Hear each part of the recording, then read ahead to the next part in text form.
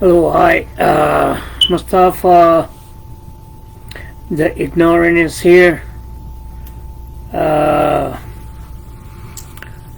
I was having some trouble যে Facebook তাদের live করার জন্যে বিভিন্ন অনেক কিছু চেঞ্জ করেছে, so I didn't know that. গত এক মাসে আসি নাই, সো এনিওয়ে আমি করার চেষ্টা করছি, কথা বলবো। আমি আসলাম আজকে কয়েকটা ব্যাপারে কথা বলতে। ঠিক হেডলাইনটা বুঝতে পারছিলাম না কি বলবো, তো আমি আসলে যে ব্যাপারে কথা বলবো সেটা হচ্ছে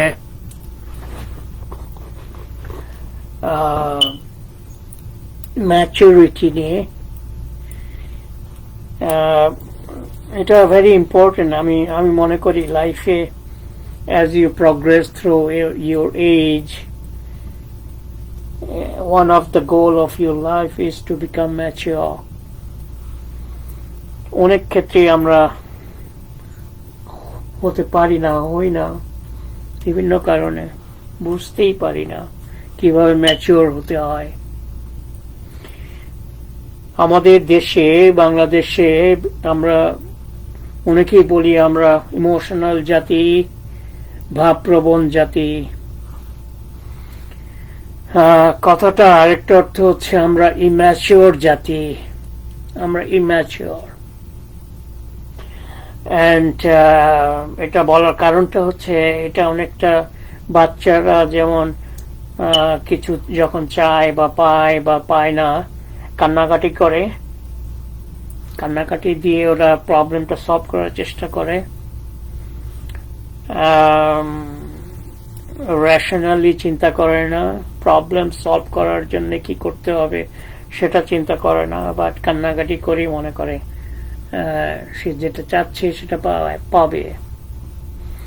আমাদের জাতিটা অনেকটা এরকম হয়ে গেছে, যে কোনো কিছু প্রবলেম সলভ করতে হলে কান্নাকাটি করতে হবে, ভায়োলেন্স করতে হবে, এন্ড চিল্লাচিল্লি করতে হবে, রাগারাগি করতে হবে।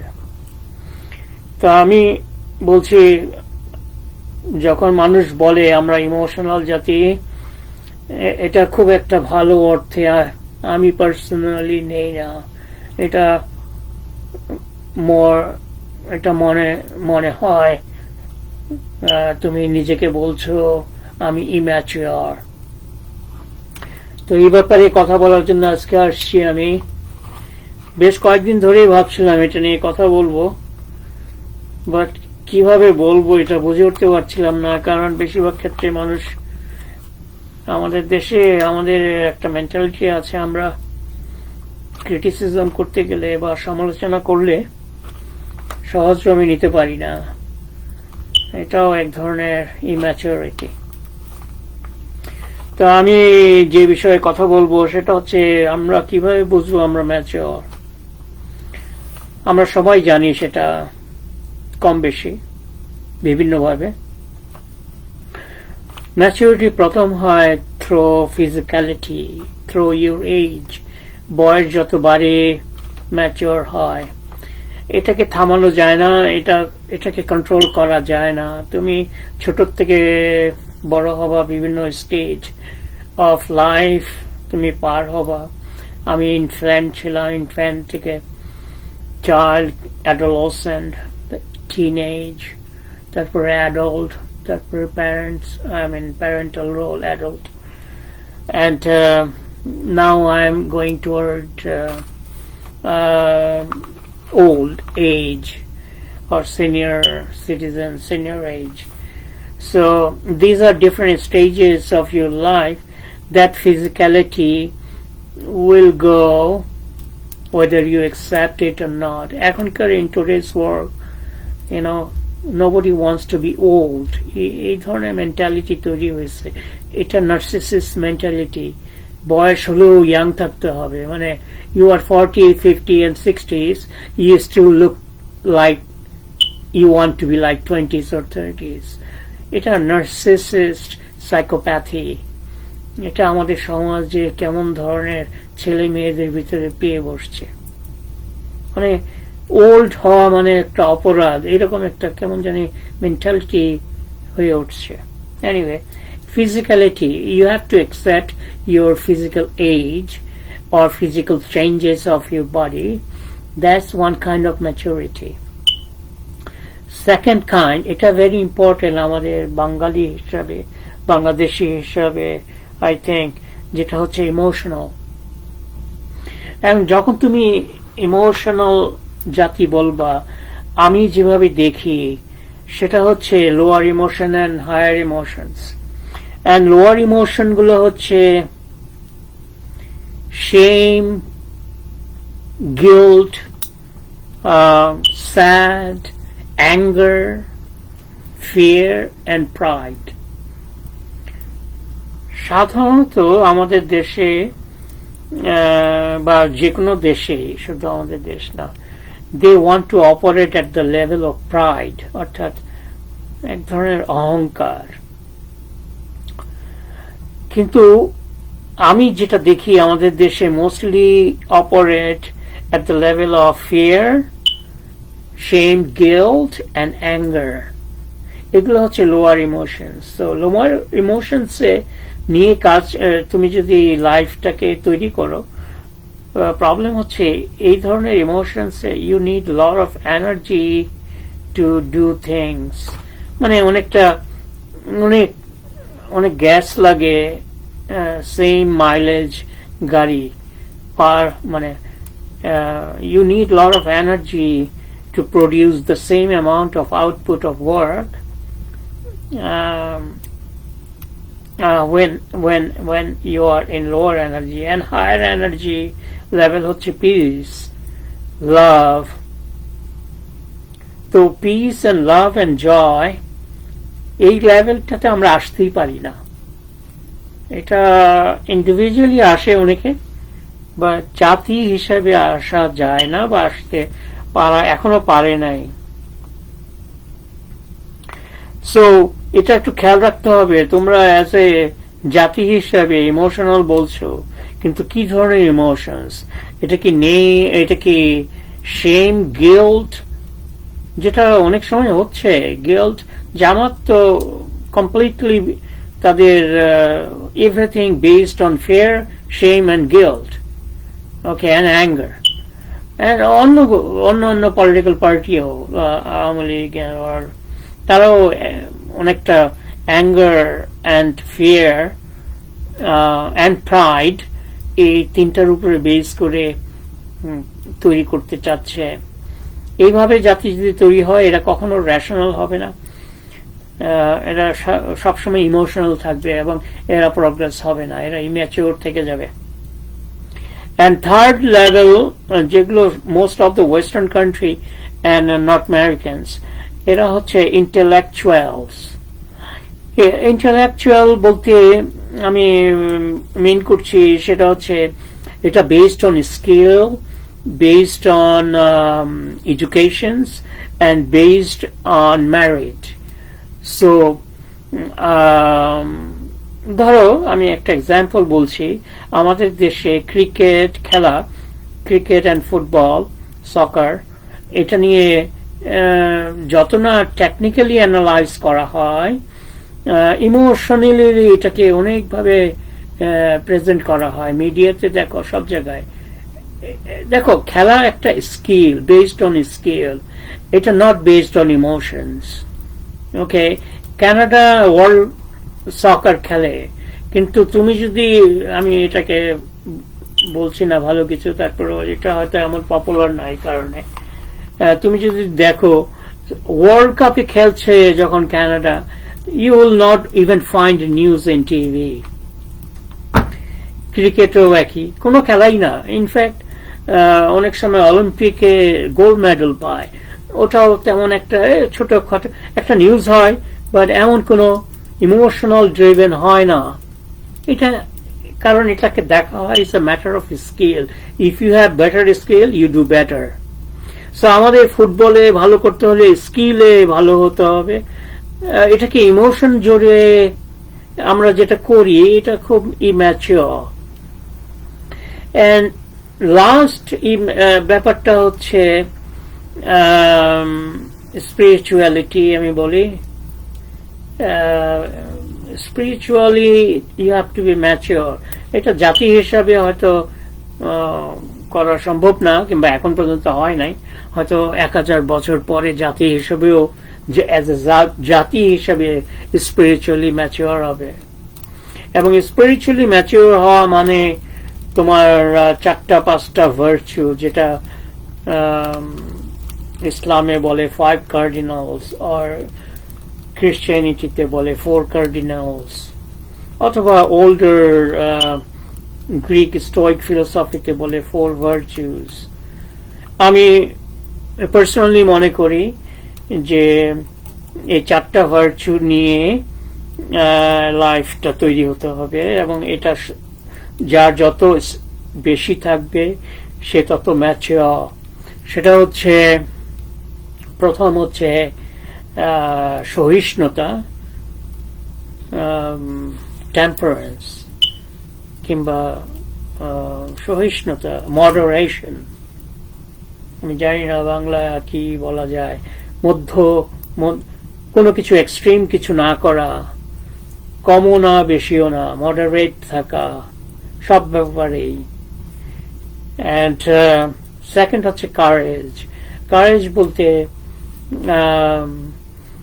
You have to have the set of mind, যেটা সত্যকে অ্যাকসেপ্ট করা, যেটা সত্য সেটা মেনে নেওয়া।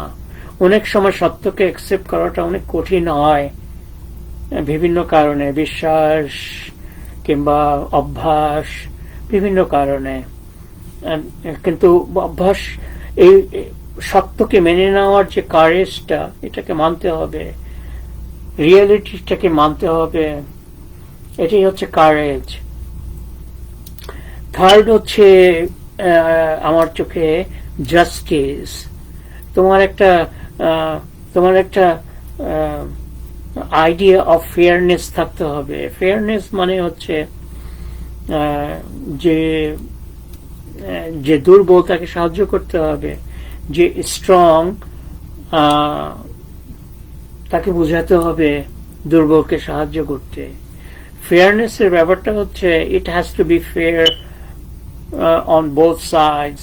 একজন ক্রিমিনাল শাস্তি পাবে, কিন্তু ওই শাস্তির ভিতরেও ফেয়ারনেস থাকতে হবে।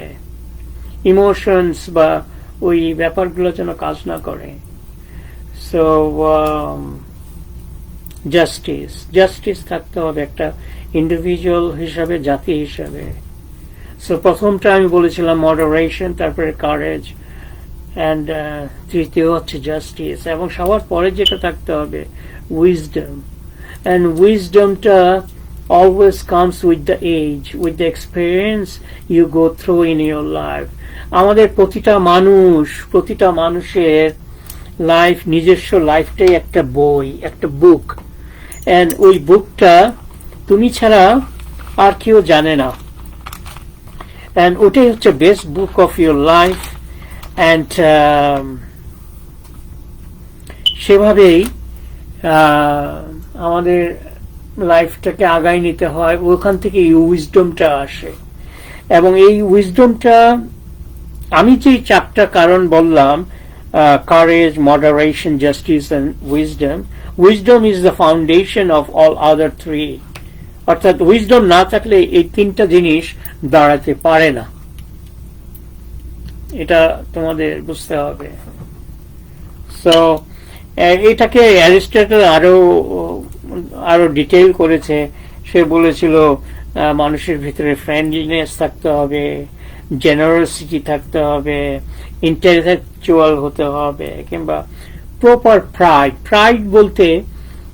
প্রাইড বলতে যেটা বলছিল সে, যে শুধুমাত্র তুমি যা, দ্য ওয়ে ইউ আর, সেটা নিয়ে প্রাইড করতে পারো, বাট আরেকজনকে, তোমার ভাইকে, তোমার জাতিকে, তোমার অমুককে, তমুককে, এগুলো নিয়ে প্রাইড করার কিছু নাই, কারণ it's not belongs to you.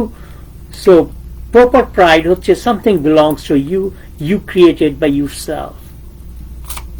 তো ওটাকে অ্যারিস্টটল বলেছিল। এটা থাকা দরকার, না হলে মানুষ ডিপ্রেস হয়ে যায়। এনিওয়ে, আমি অ্যারিস্টটল আর প্লাটোকে খুব রেসপেক্ট করি এখনো। তারা 2,500 অলমোস্ট আগে, 2,500 years ago তারা এইসব কথাবার্তা বলে গেছে। আমরা এখনো ওখান থেকে এমন কোন ম্যাচিওর জাতি হয়ে যায় নাই, ম্যাচিউরিটি এখন পর্যন্ত আমরা ওরা যেটা বলেছে করতে পারি নাই। সো আমরা কিভাবে ম্যাচিওর হলাম? আমরা এখনো immature as a human being. আমরা স্পিরিচুয়ালি বলতে ধর্ম এটা সেটা বুঝি, বাট এগুলো স্পিরিচুয়ালি না, ওগুলো রিচুয়ালিস্টিক একটা ওয়ে অফ লাইফ। করতে পারো, আমার কোনো ওটাতে নাই। বাট এটা যখন ফাইট অ্যান্ড ভায়োলেন্স ক্রিয়েট করা শুরু করে, আরেকজনকে ইনফোর্স করা শুরু করে, আরেকজনকে তার মতো করে লাইফটা করতে না দিয়ে নিজের ওটা ইনফোর্স করার চেষ্টা করে, তখন আর ওটা ভালো জিনিস না। ওকে, এই জন্যই আমি এই যে এখনকার যে, যাই হোক, এটা অন্য প্রসঙ্গ, আমি এটা যাইতে চাই না। আসলে আব্রাহামিক রিলিজন গুলো, তুমি জিউস, খ্রিস্টানিটি এন্ড ইসলাম, তিনটা ধর্মই এই প্লাটো এন্ড অ্যারিস্টটলকে ফলো করেছিল। তোমরা বাইবেল বলো, old Bible, new Bible and Quran, সব প্লাটো এন্ড অ্যারিস্টটলের থিওরি তাদের ভাষায় তাদের মতো করে এক্সপ্লেন করেছে, ওখান থেকে বড় করা। সো এটা অনেকে মানবে না আমি জানি, বাট এটাই সত্য। এই সত্যটাকে যদি মানতে না পারো, তাহলে বুঝবা তোমার কারেজ নাই, সাহস নাই। সাহস থাকতে হলে সত্যকে অ্যাকসেপ্ট করতে হয়, ওই মেন্টালিটি তৈরি করতে হয়। অ্যান্ড সো আমি এই কারণে আসছিলাম আজকে যে আমাদের বাঙালি জাতিটা এখনো ইম্যাচিওর। 53 বছর হয়ে গেল, 54 বছর বয়সে তো একটা ম্যাচুরিটি আসছে, ফিজিক্যাল এজ। ইমোশনস এখনো ওই লোয়ার ইমোশনসে আছে, shame, guilt, fear, anger and pride. And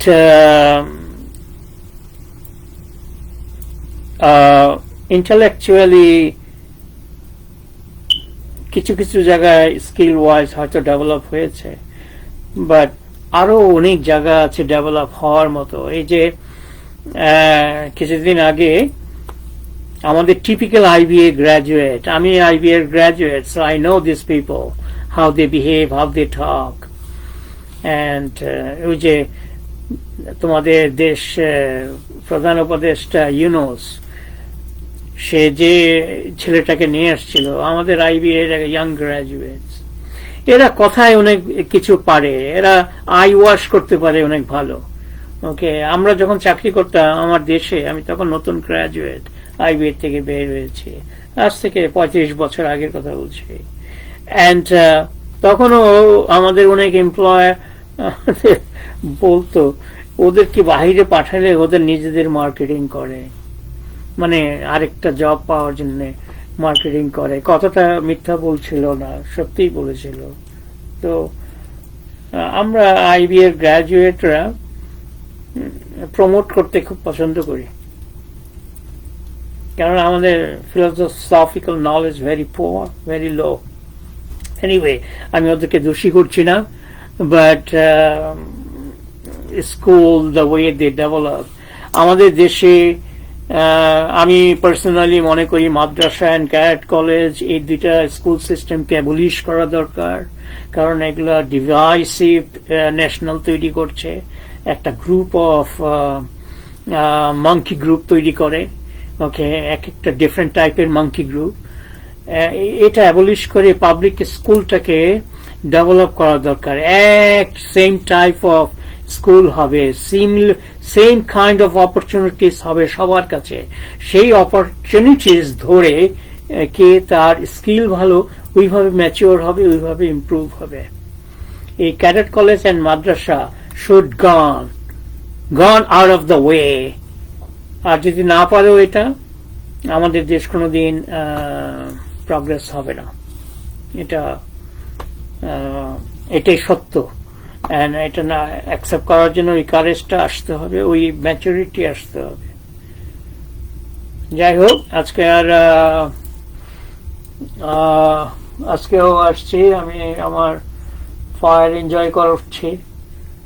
এখনো স্প্রিং আসছি, ঠান্ডা পড়ে যায় মাঝে মাঝে, বাট আজকে ফায়ারটা অন করলাম। অ্যান্ড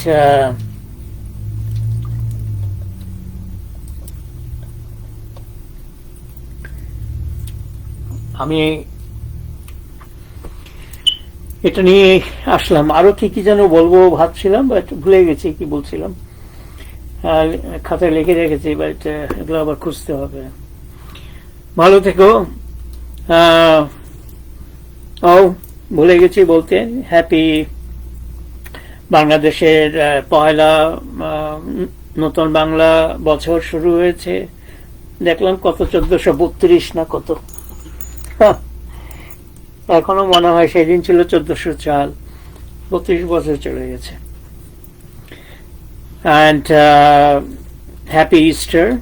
জিসাস মারা গিয়েছিলেন, ক্রুসিফাইড হয়েছিলেন last Friday, good Friday, and Sunday today, yesterday was Easter Sunday. গল্প হচ্ছে সেদিন সে রিসারেক্টেড হয়েছিল। তো আমি I celebrate good Friday and Easter Sunday. মুসলিমরা জিসাসকে প্রফেট হিসাবে অ্যাকসেপ্ট করে, বাট এই ধরনের স্টোরিগুলো তারা সেলিব্রেট করে না। এটাও আমার ধারণা মুসলিম হিসাবে করা উচিত, আমি করি। অ্যান্ড ভালো থেকো, আর না বলি, আরেকদিন আসবো, কথা বলবো। And have a good night অথবা গুড মর্নিং।